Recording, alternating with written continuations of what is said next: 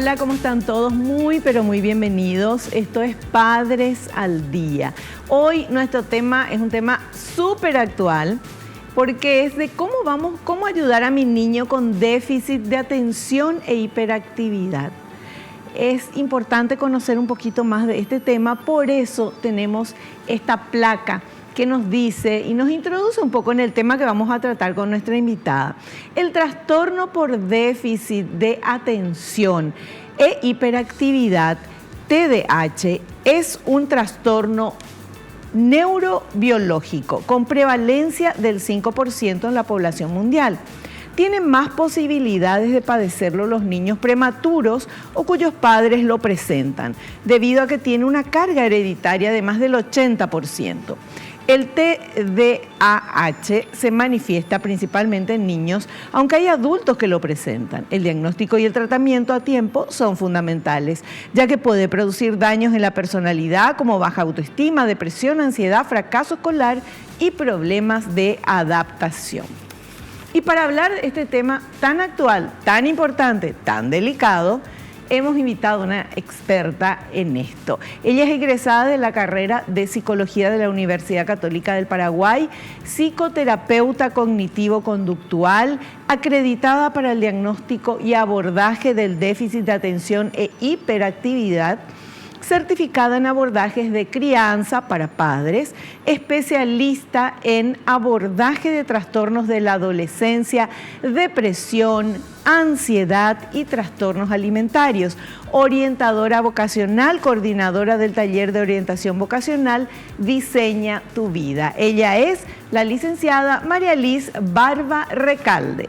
Bienvenida, ¿cómo estás? Muchas gracias por la invitación y este tema tan estudiado, realmente tiene años, vos sabés que trabajamos muchísimo los que abordamos este tema para ser creíble, porque yo ya estoy hace bastante en educación, trabajando con niños, con familia.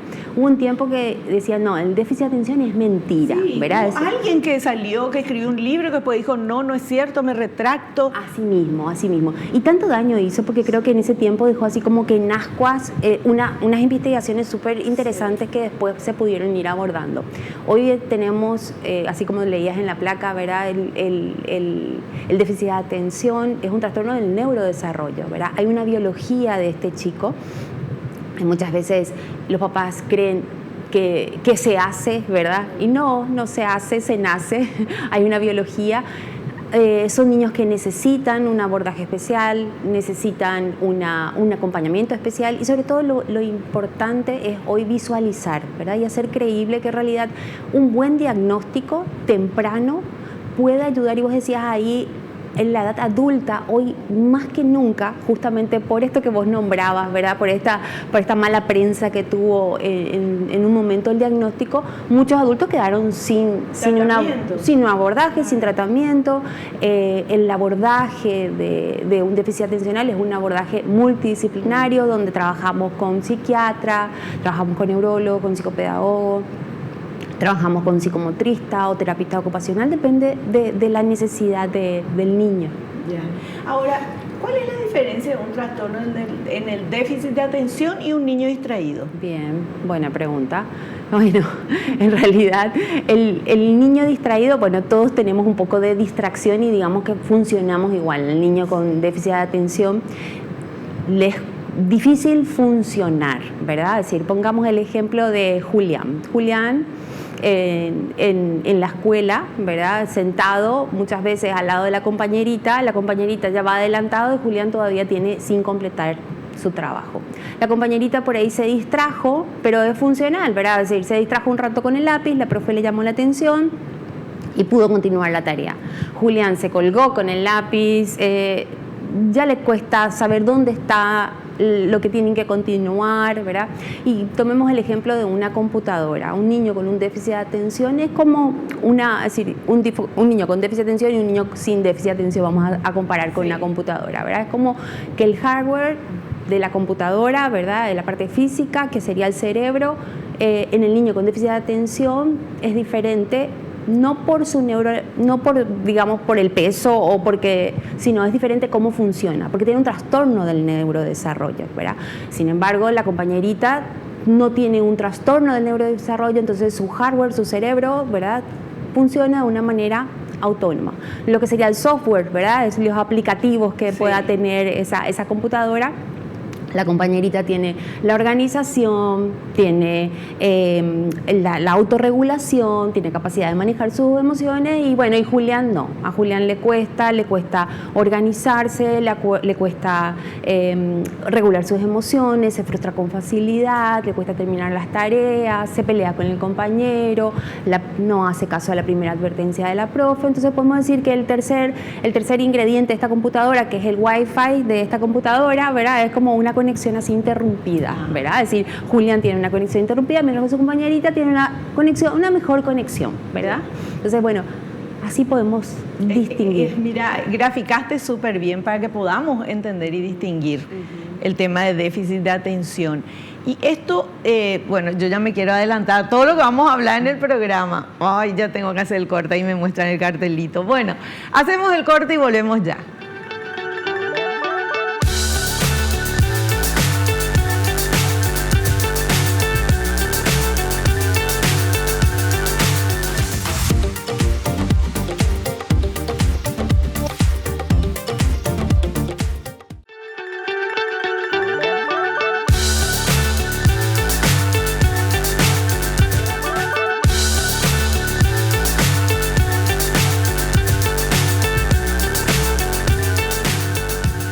Seguimos hablando de este tema, o sea, comenzamos realmente ahora a abordar profundamente el tema de cómo ayudar a mi niño con déficit de atención e hiperactividad.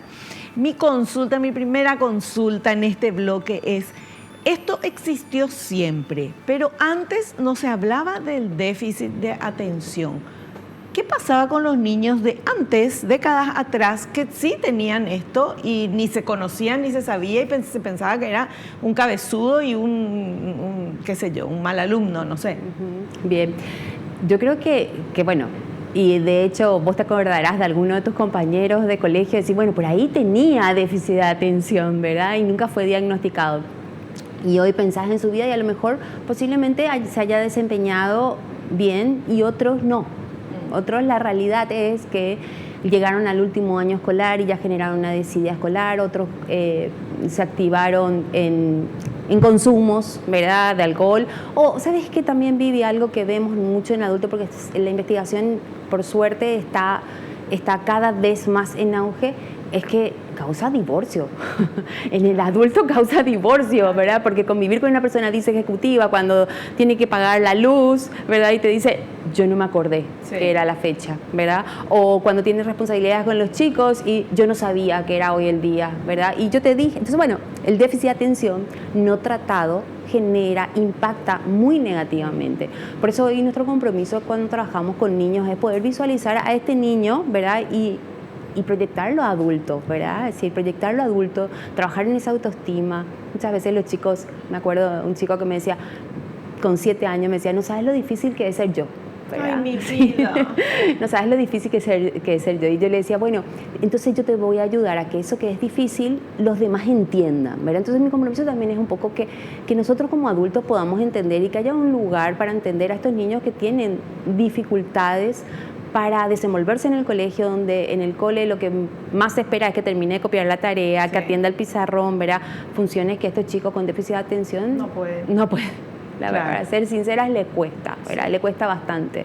Me recuerdo esta semana un chico vino y me dijo, María Liz, mi mamá me dijo que si yo termino todas las tareas del cole, eso fue el viernes pasado, me dice, si yo termino todas las tareas del cole, me había dicho mi mamá que yo me podía ir al cumpleaños de Luciana, ¿verdad? Y su mamá ya me mira así con una cara, el martes ya no copió todo, me decía, ¿verdad? Es decir, el cumpleaños era el viernes, él ya tenía su cadena perpetua para el día viernes, para el día martes, ¿verdad? Es decir, ya el martes se dio cuenta que no iba a poder. Muchas veces tenemos que poner los objetivos de acuerdo a nuestro niño, es decir, ayudarle significa que si yo quiero llevarle realmente a ese cumpleaños, si quiero que él se sienta bien, es hoy trabaja, si trabajas hoy, que es viernes, que es el cumpleaños de Luciana, te vas a poder ir porque hoy trabajaste, ¿verdad? Entonces ponerle metas realistas para que realmente este chico se sienta que logra, si no creamos una desidia, una falta de autoestima, un deseo de no existir, claro. ¿Verdad? Un niño me decía una vez, María, yo quiero ser basurero, ¿verdad? Es decir, basurero, trabajar como basurero. Y yo le decía, bueno, está bien, pero no querrías vos ser los dueños de la empresa de basurero. No, yo quiero ser ese que se baja y se sube nomás. Chiquito todavía, pero ¿qué es lo fácil? Claro. ¿Qué es lo fácil, verdad? Que nadie le moleste también. Es que nadie le pida más nada que agarrar el basurero. Es decir, le parecía divertido, creía que podía. Claro. Ahora, el tema de la autoestima de estos niños debe estar bastante golpeadita, porque la autoestima, porque si uno sabe que el niño tiene la mamá, el papá, bueno, la familia sabe, es diferente, pero cuando va así al mundo donde hay otros que no lo conocen, incluso adultos, el trato también no debe ser muy, muy agradable. Por supuesto. Muchas veces, por eso es importante hablar de esto en edades tempranas, ¿verdad? Cuanto antes trabajemos, abordemos sobre esto, le hacemos más fácil, y sobre todo también, si bien hay un déficit de la atención, y nosotros ayudamos a minorar ese déficit, el déficit no deja de existir, porque bueno, por más que en la escuela hagan unas ciertas adecuaciones, no es que porque yo haga las adecuaciones ya y no ponga en evidencia su déficit, no es que el niño ya deja de tener el déficit, ¿verdad? El déficit está, el niño tiene que convivir, el niño va a llevar una escolaridad, muchas veces llevan sin cambios curriculares, otras veces se hacen cambios curriculares, ¿verdad? La complejidad depende de cada caso. Pero en cuanto a lo que es la autoestima del niño, nosotros como adultos también tenemos que ver en qué es bueno, ¿verdad? Es decir, y ese es un poco nuestro desafío también cuando trabajamos en crianza, poder ver, bueno, en esto tiene el déficit, le cuesta organizarse, le cuesta cumplir con las responsabilidades escolares, y a veces nos implica buscar, bueno, ¿en qué es bueno? Es bueno para los legos, es bueno para el fútbol, ¿verdad? Los deportes son muy, muy constructores de estos niños también, les ayuda mucho a encontrar en qué pueden ser buenos, ¿verdad? Porque realmente centrarnos solamente en lo que nos cuesta muchas veces es agotador y es desmotivador para el niño. Por eso también está asociado muchas veces esto a otros trastornos. Claro. Fantástico. Bueno, vamos aprendiendo, introduciéndonos en el tema para entender un poco mejor esto. Veamos este primer material, por favor. ¿Cómo se manifiesta el trastorno por déficit de atención e hiperactividad? No se manifiesta de la misma manera en todas las personas. Existen niños que pueden presentar desatención y muchas veces pasan por descuidados o irresponsables. Otros presentan hiperactividad y otros el fenotipo mixto, es decir, desatención con hiperactividad. ¿Desde cuándo uno ya puede darse cuenta que el chico tiene este trastorno? Los primeros indicadores muchas veces ocurren cuando el niño empieza la escolaridad, ¿verdad? Porque como en casa todavía, en esa primera etapa del desarrollo, el cerebro está en desarrollo en realidad. Bueno, los primeros indicadores por ahí ve la escuela, el cole empieza a hablar sobre eso, los papás ya se empiezan a dar cuenta que esto que pasa en casa, ¿verdad? Que a veces no se queda quieto, o hay veces pelea mucho con las autoridades, tiene problemas de conducta, cuando va al cole también empieza a haber problemas de conducta, empiezan a haber problemas con los compañeritos, le cuesta el manejo de la frustración, le cuesta regularse los impulsos, ¿verdad? Entonces, bueno, ahí son esos primeros indicadores que vemos en el niño. Y en ese caso, ¿a dónde tienen que ir los padres? O sea, se dan cuenta que pasa algo, ¿verdad? A lo mejor no tienen el diagnóstico, pero que pasa algo, que el nene es hiperactivo, que no se queda quieto, que no hace caso, que le llaman de la escuela o del colegio. En la casa ven que también es así. ¿Qué tienen que hacer ahí en ese momento? ¿A qué profesional tienen que acudir?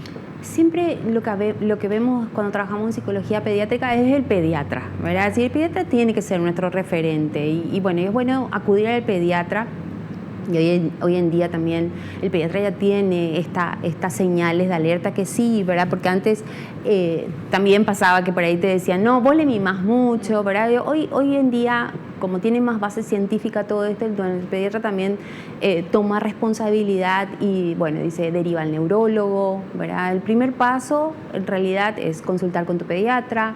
El pediatra va a derivar a neurología pediátrica, el neurólogo pediatra va a ir descartando. ¿Por qué?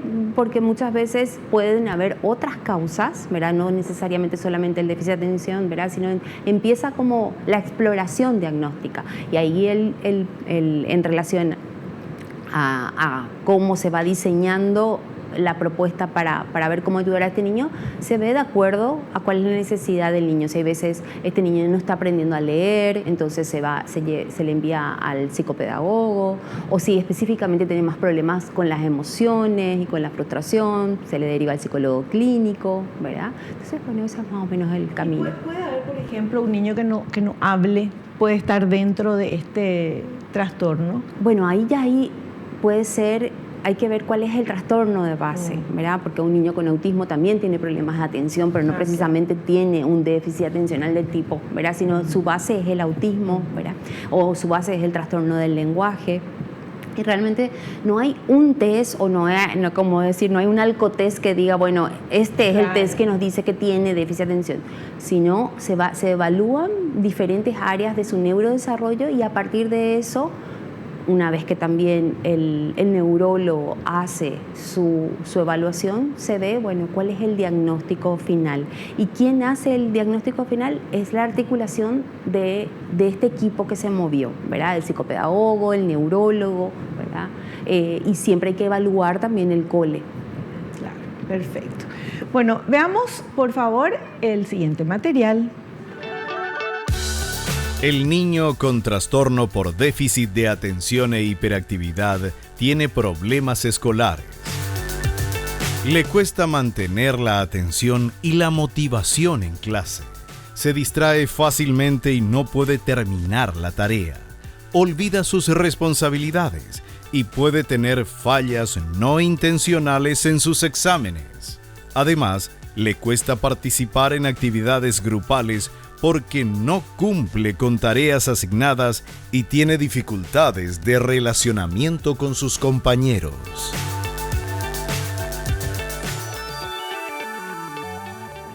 Es un tema, sí, todo junto. Y encima si decimos encima es mi hijo, sí, duele, ¿verdad? Sí. Y realmente yo que trabajo con familias veo cómo esto genera un dolor, ¿verdad? Como muchas veces son papás súper guapos que intentan ayudar y acá hay un concepto de tiempo que muchas veces tenemos que entender también, ¿verdad? Porque toda la ayuda que le damos a ellos también va asociada a un neurodesarrollo, ¿verdad? Imagínate que yo puedo ver que un niño, o yo como profesional puedo ver, acá hay indicadores tempranos de un déficit atencional. Recién a la edad de los 6 años se puede dar el diagnóstico realmente, pero hasta antes vos podés trabajar con esos indicadores, pero el diagnóstico propiamente, recién tenemos que esperar hasta los 6 años. ¿Y por qué hasta los 6 años? Porque ahí también vemos cómo se desarrolla la madurez cerebral. Esto está muy desarrollado, va muy de la mano de una madurez neurobiológica, ¿verdad? Así que no es, muchas veces los papás se echan la culpa, ¿verdad? Yo habré hecho algo mal, ¿verdad? Y muchas veces hay papás que hicieron muchas cosas bien y sin embargo tienen tremendos líos con sus niños, ¿verdad? Claro, sí. Ahora, si esto es algo del desarrollo neurobiológico, ¿qué se hace? ¿Hay algo para encauzar, para mejorar? ¿O el niño se cura, no se cura, se mejora? Esa es la parte que quiero que nos expliques. Los tratamientos, ¿verdad? Que incluye trabajar con las familias, trabajar con el niño en las habilidades ejecutivas, le van a dar muletas, ¿verdad? Y esas muletas va a ser, no que deje de existir el trastorno, sino que sea un poquito más llevadera. El niño va a usar esas muletas, ¿verdad? Esas ayudas. Y un día, bueno, vamos a ir sacando las ayudas en la medida que el niño también va madurando.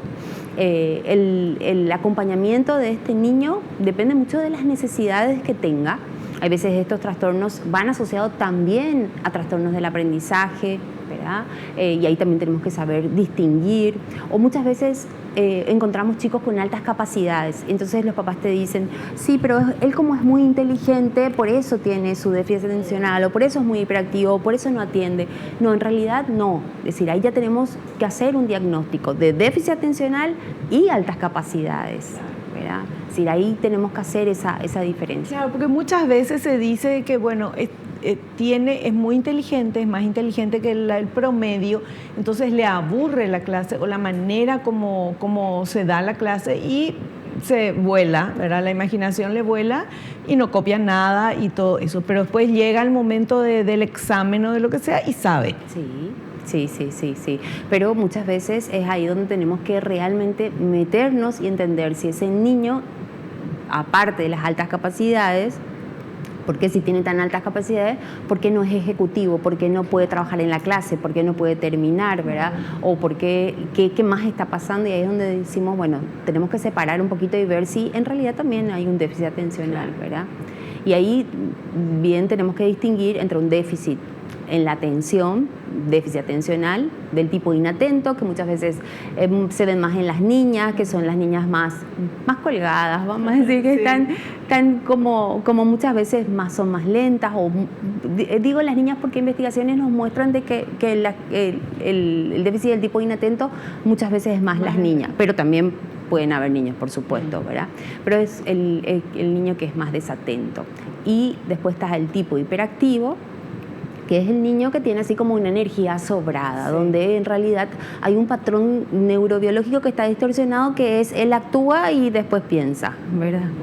Entonces, estamos entendiendo, da poquito. Vamos a hacer un corte y volvemos enseguida, seguimos con este tema súper interesante.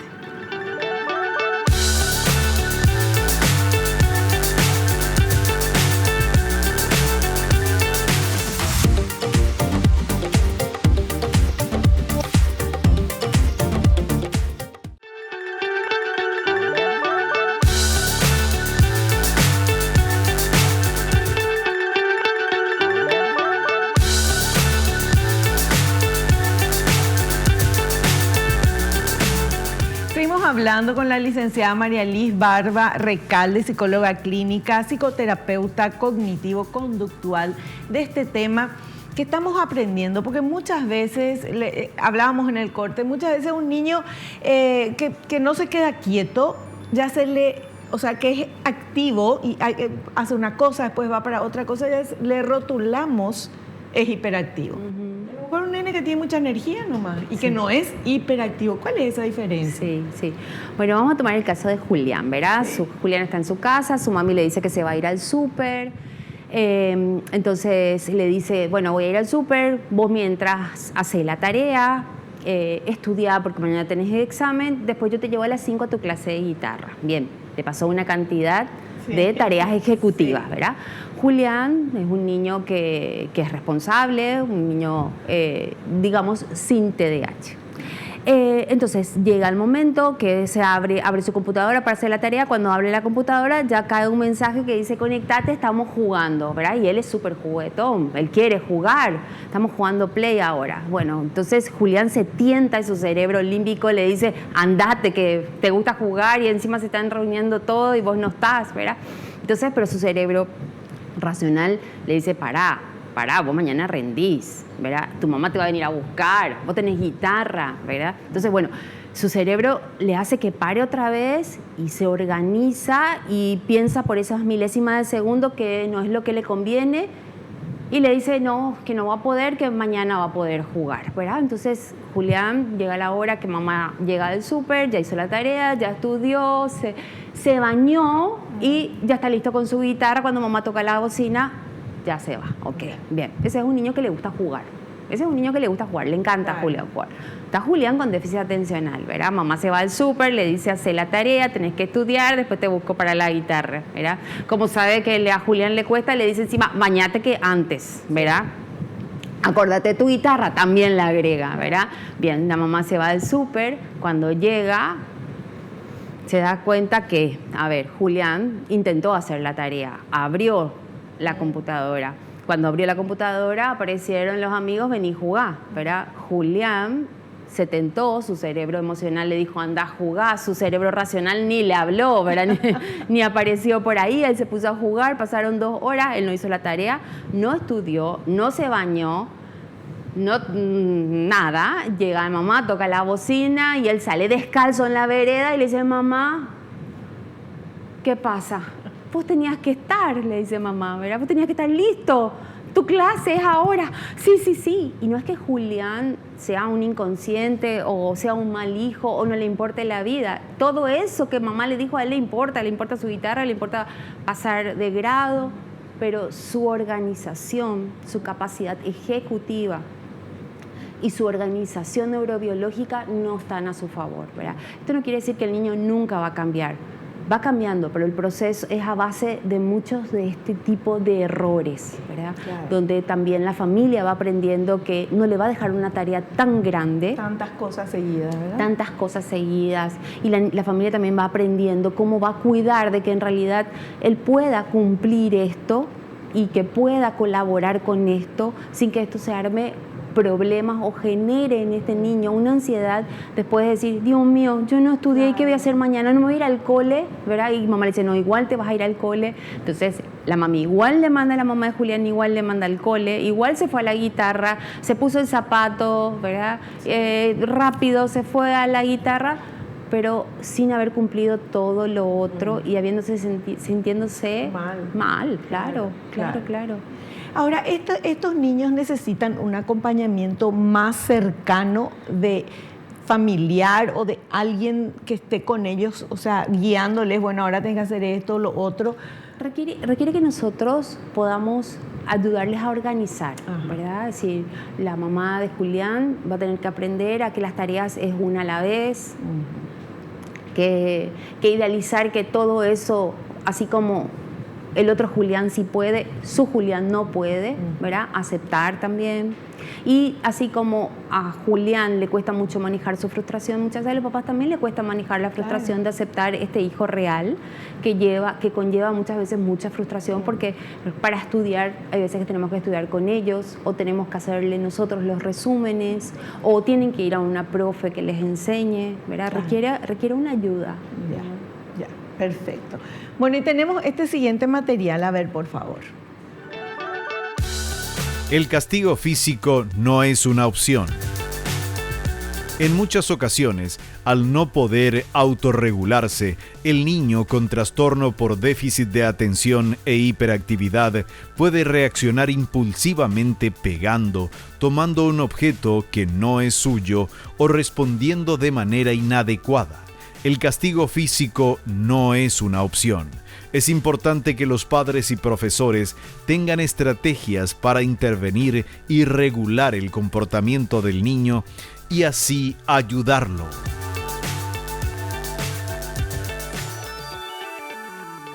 Bueno, bien.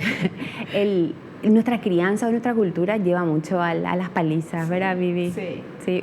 Nos tentamos mucho con las palizas y también vivimos, es decir, los papás muchas veces me dicen, pero a mí me pegaron y no tengo ningún trauma. Y bueno, digamos, yo así les digo a los papás cuando dicen eso, bueno, digamos que no tenemos un trauma. Exactamente. ¿Quién no tiene un trauma? Por supuesto, ¿verdad? Y aparte, hoy mismo nos desafía un poco también el hecho de que si nosotros queremos crear chicos pacificadores, ¿verdad?, en la resolución de ese problema y nosotros en la primera también ya actuamos impulsivamente, ¿verdad? Entonces, bueno, ser modelos.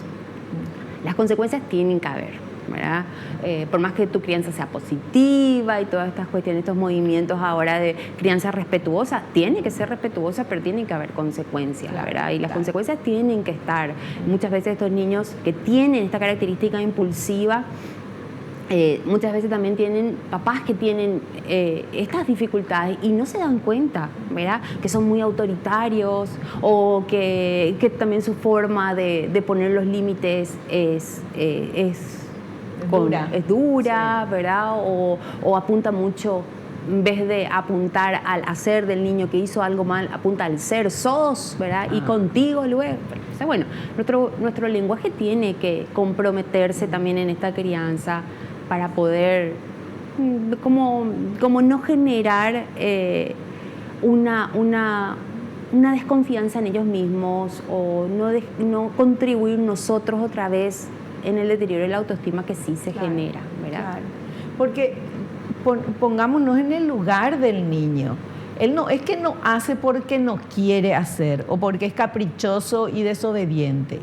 No hace porque, como vos estás explicando, otro el funcionamiento.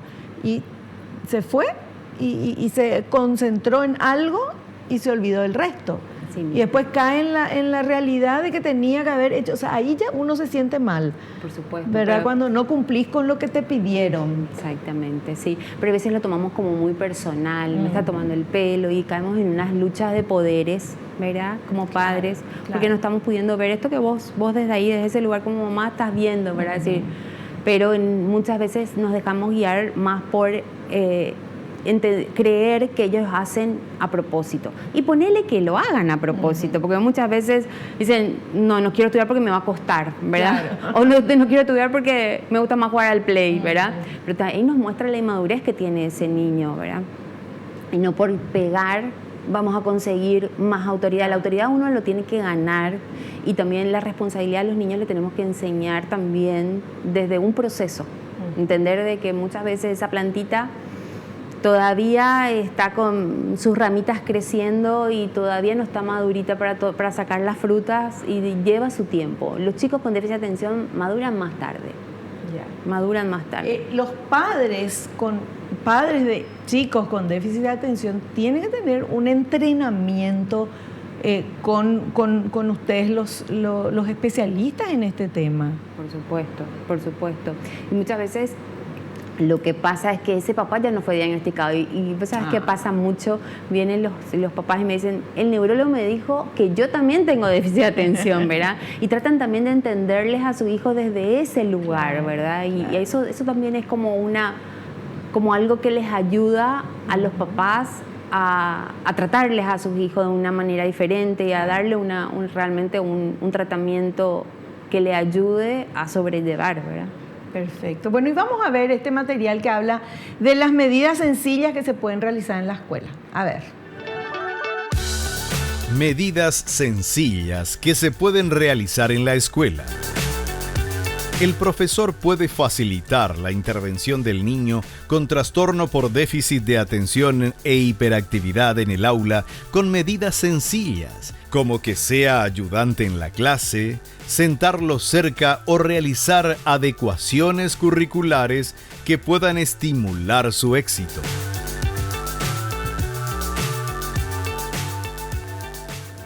El docente es nuestra esperanza, ¿verdad? Y realmente hoy día muchas veces nos preguntan, ¿hay colegio especial para estos niños? No, todos los colegios tienen que incluir, ¿verdad? Tienen que incluir. Los profes tienen un gran compromiso, ¿verdad? Es decir, es como, yo siempre pienso cómo se sigue dando ese tipo de educación, ¿verdad? Donde hay 35 cerebritos y un pobre profe tiene que lidiar con todas esas necesidades, ¿verdad? Pero hoy día también los profes se están formando, están comprendiendo el compromiso que esto implica, ¿verdad?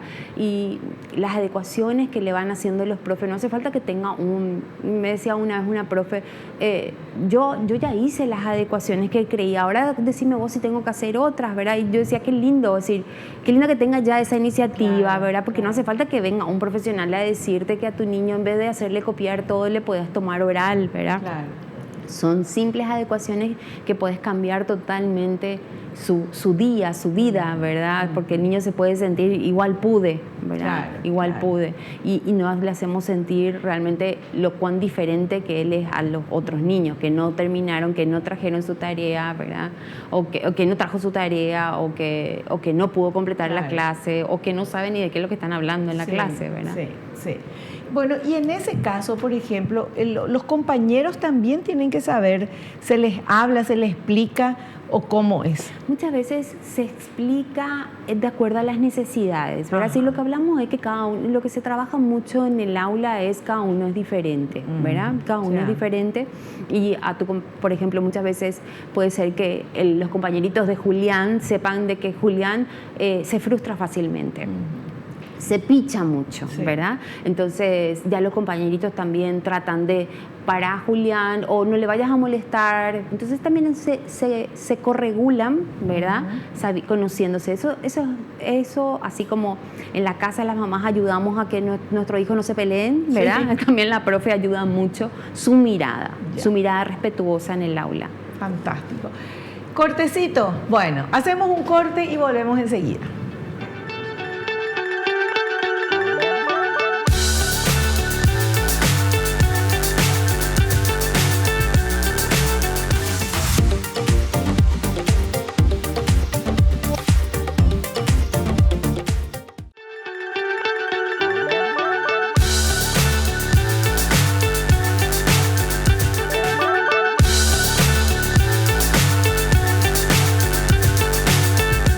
Realmente el tema que estamos hablando hoy es apasionante, estamos aprendiendo mucho, yo por lo menos estoy aprendiendo, espero que ustedes también.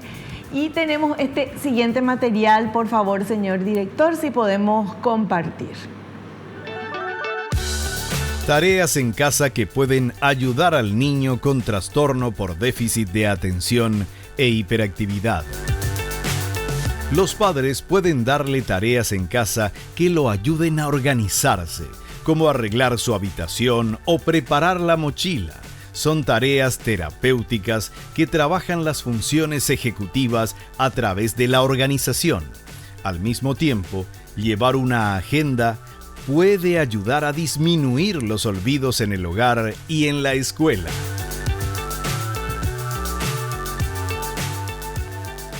Pero se acuerda dónde dejó la agenda. ¿Se acuerda que escribió en algún lugar, no sabe dónde está la agenda? Sí, los papás podemos ayudar, la agenda ayuda, ¿verdad? Depende de la edad, depende mucho de la edad.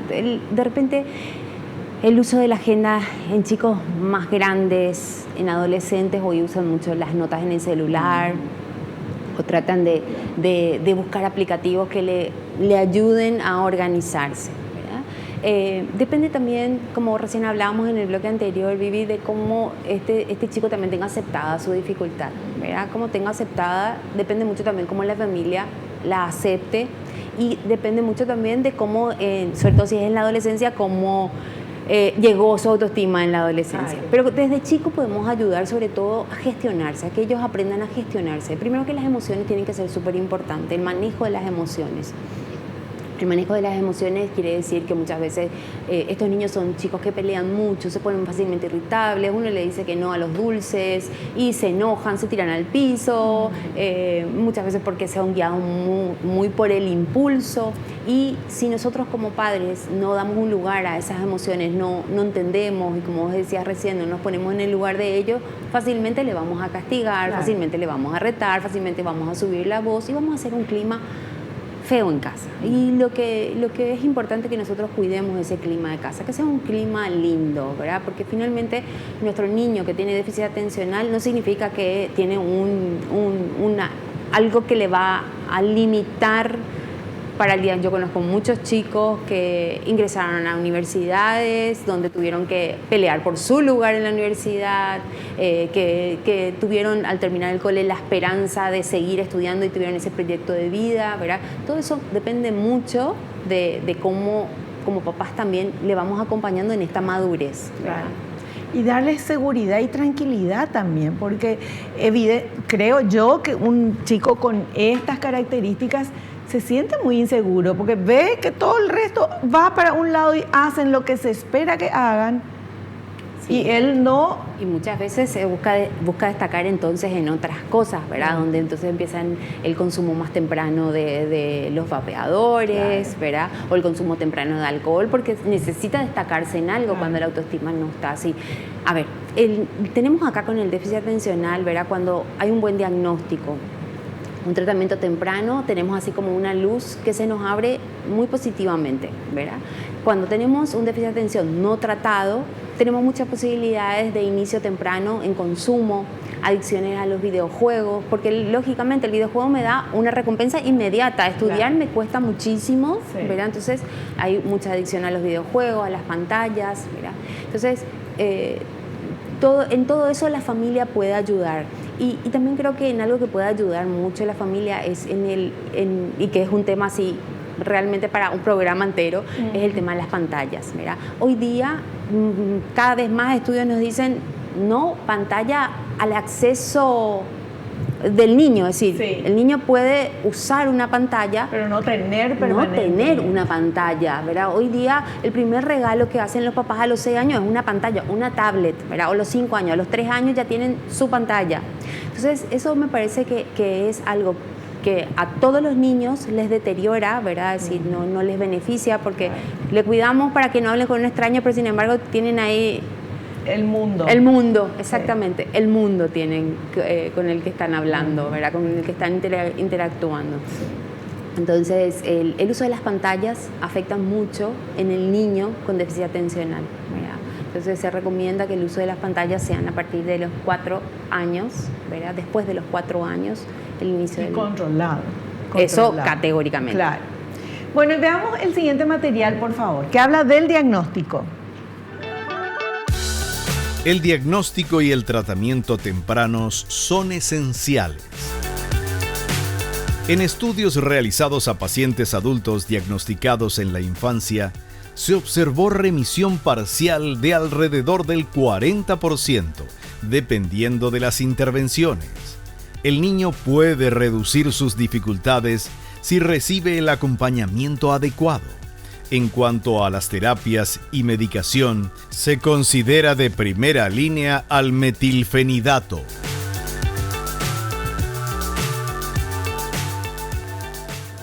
Bueno, y acá ya nos asustamos todos porque cuando se habla de darle un medicamento a un niño es como que se tiene un poquito de miedo. Explícanos, por favor. Sí. Mucho en eso, en ese aspecto se avanzó. La medicación es buena, es algo que realmente favorece al niño. El consumo de la medicación es bajo una receta, bajo una indicación médica, una medicación controlada, donde creo que esta medicación tiene como 60 años y sigue siendo la misma, ¿verdad? Sí, sigue siendo la misma en el sentido de que se ha visto que tiene buenos resultados, pero sí los papás tienen más miedo de la medicación que de darle una pantalla. Yo me plantearía en el niño, más riesgo tiene la pantalla que una medicación, claro. ¿Verdad? La medicación es un elemento que no hay que dejar de evaluar cuando el neurólogo nos recomienda. ¿Qué hace esta medicación? Bueno, actúa a nivel neurológico, ¿verdad? Si bien esa no es específicamente mi área médica, ¿verdad? Sí. Pero sí actúa a nivel neurológico y lo vuelve más funcional. El déficit se vuelve más funcional, ¿verdad? Entonces el niño se puede organizar mejor. Ahí es como un partido de ping-pong, Vivi, ¿verdad? Es decir, sin la medicación es como que todo el tiempo la pelota se cae afuera, ¿verdad? Sí. Con la medicación ayuda a nivel químico, ¿verdad? Que esto tenga mejores conexiones, ¿verdad? Mejores conexiones neuronales, que ayudan a su organización. El niño tiene mayor capacidad de estar por más tiempo concentrado, entonces puede terminar las tareas, puede seguir con mayor facilidad las demandas que tiene, ¿verdad? Y también muchas veces ayuda a la conducta. Fantástico. Bueno, y ahora el último material. ¿Qué ocurre cuando no tiene tratamiento, si no recibe tratamiento? ¿Qué ocurre si no se recibe tratamiento? Llegada la adolescencia, se puede tender a abusar de sustancias, tener problemas de autoestima, desencadenados por no cumplir las exigencias escolares, desarrollando incluso agresividad. El trastorno por déficit de atención e hiperactividad puede coexistir con otros trastornos psiquiátricos, por lo que es fundamental el acompañamiento de un profesional médico que identifique otras posibles patologías.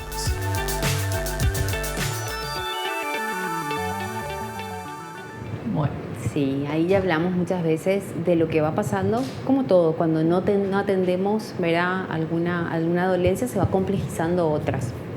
Y acá lo que corre muy en juego es la personalidad, ¿verdad? Porque muchas veces hace que estos niños que son hiperactivos se metan en más problemas.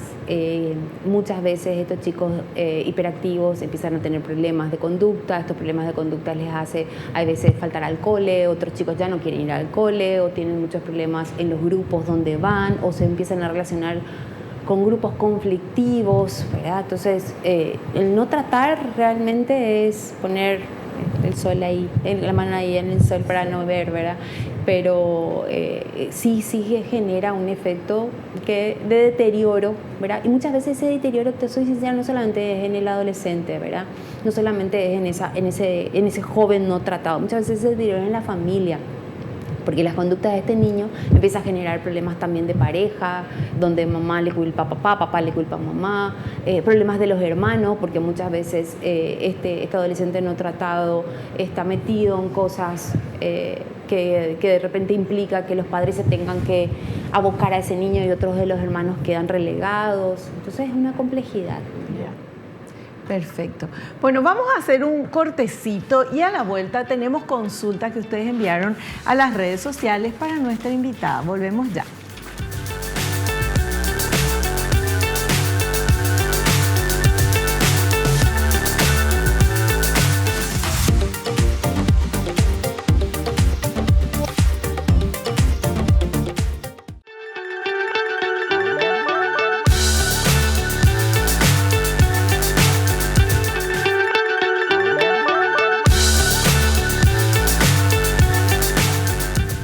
Bueno, y ahora las consultas que ustedes enviaron a través de las redes sociales. Vamos con esta primera pregunta, por favor. Un niño con TDAH no puede mantener la atención porque se distrae fácilmente o se desmotiva. Bien. No puede mantener la atención por los dos aspectos, ¿verdad? Se desmotiva. Muchas de las cosas que hacemos luego las hacemos sin motivación. ¿Quién se cepilla los dientes? Un niño de 4 años no se cepilla los dientes porque está motivado precisamente, sino porque aprende a organizarse. Y muchas veces el niño con déficit de atención se desmotiva más fácil y no atiende porque, como dijimos, hay una neurobiología.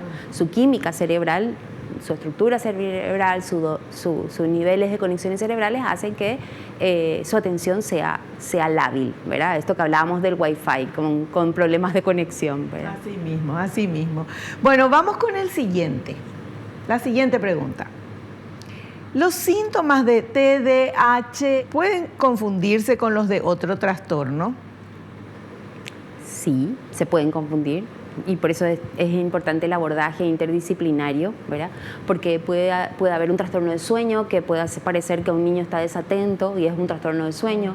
Puede haber un trastorno de dislexia, ¿verdad? Donde yo puedo creer que el niño tiene problemas solamente de atención y a veces que tiene otro trastorno asociado o tiene en realidad una dislexia, ¿verdad?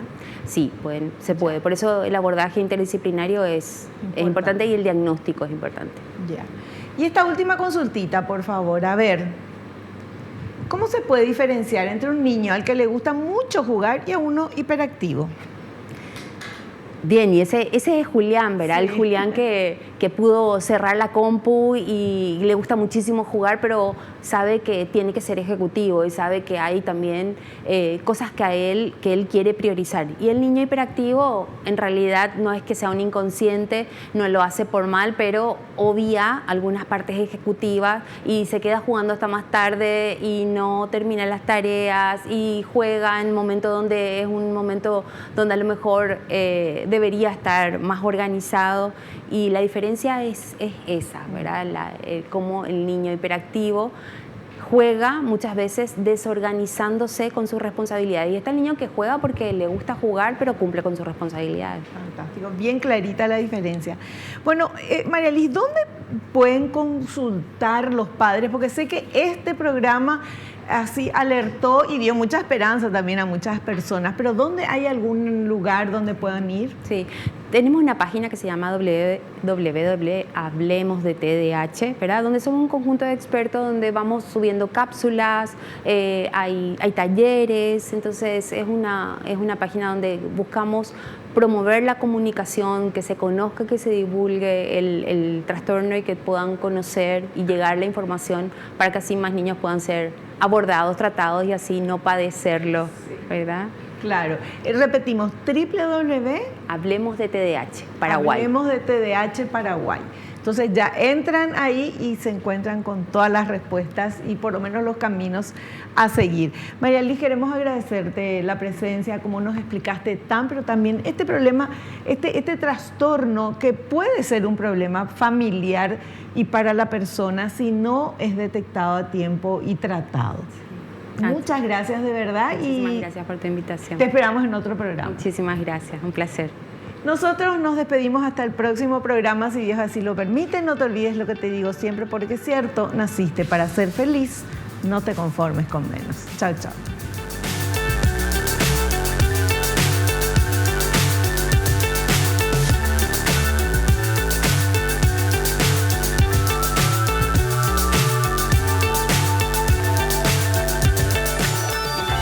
La revista El Doctor en Casa presentó su programa Padres al Día TV.